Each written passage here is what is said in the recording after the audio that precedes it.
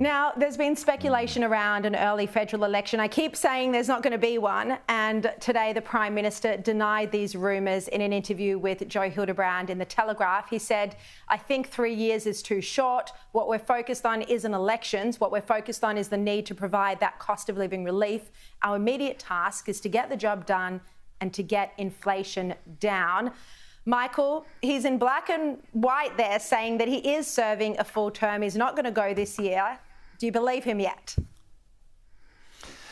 He can always change his mind. He wouldn't be the first to do that, Shari. But no, I'm with you. I don't think there'll be an early election. There has to be an interest rate cut, surely, before he has an election. I mean, he can't go to the election without a cut in rates. If there's a cut, it shows he can then say, look, we've got inflation under control finally. Things are getting better. Your best days are ahead of you. But it's got to be before the next budget, though. He's not going to hand out another budget. As sure as anything, there will not be a 2025 budget before the election. It'll be after. Why? Because Chalmers is Chalmers is trying to make his name on the basis, hey, I'm a superstar, I've had 2 surpluses. Before he has to say to people, on the other hand, I'm a duffer, I've now got $120 billion worth of deficits in the next 4 budgets. So he doesn't want that message to resonate. So he's got to run off the back of his 2 wins. So it's going to have to be it's going to be March or April next year, in my opinion, Shari. I mean, there's still the mid-year economic fiscal outlook that's usually in December. There could be a mini budget, but my EFO means that those numbers, can't be hidden.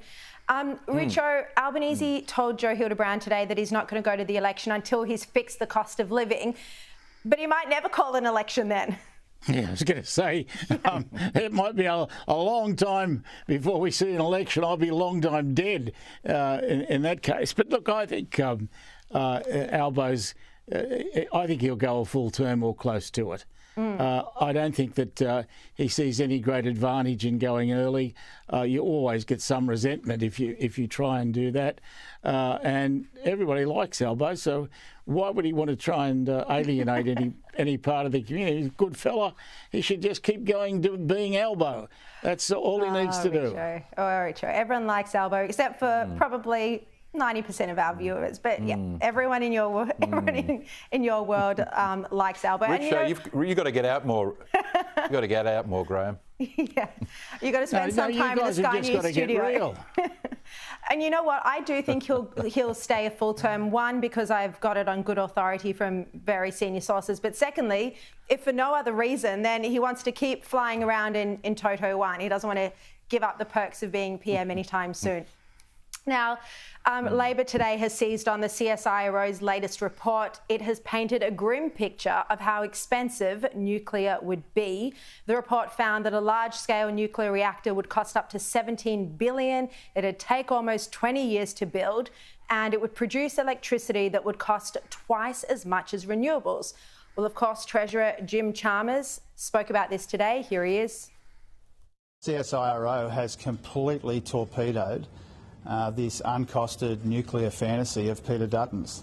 Nuclear costs more and it takes longer, and Peter Dutton won't tell us where the reactors are going to go. It makes absolutely no sense for Australia to go down the nuclear road. Michael, is this CSIRO report a problem for Peter Dutton? Well, it's not helpful to him, but on the other hand, Shari, the CSIRO haven't got the credibility that they had 20 or 30 years ago. They've been very politically active in the last 15 or 20 years, and it's always on the side of political activism. I mean, don't forget, remember Tennessee years ago, that's 15 years ago, they were predicting that every citizen in the cities was going to run out of water. They were saying the drought in Australia is permanent. The Murray-Darling Basin was collapsing. They've sort of been on a global warming bent in the last 10 or so years. Is it a surprise they've come out against nuclear power? No. I think there are probably much better authorities that know a lot more about nuclear power, the nuclear industry, than the CSIRO, who've done a report on it. So is it helpful? No. But look, do people take the CSIRO as holy writ that they might have when I was younger? They absolutely do not, because they've been very much part of the sort of, screaming cultural left on these environmental issues over more than a decade now, and they just don't have the credibility they used to. Now, Richo, I mean, we've spoken about this previously, and you've said you're open to nuclear. You personally, you're open to nuclear being part of our energy mix. But the polling shows that it's still pretty unpopular. You know, around 35% of people support it and an equal number don't support it. So the coalition does have a big job ahead of them to convince Australians that this is the right path. Yeah, they do. And if they try to do that, they waste an enormous amount of time when they could be talking about some things that might actually help them get into government. And so I don't think Dutton's that stupid. I hope he's not from the Liberal Party's point of view, because if he is, then I think Albo's just coasting through to victory again. Well, he probably is anyway, according to you, because everyone loves the bloke. Well, that's the point. He's a great fella. Great.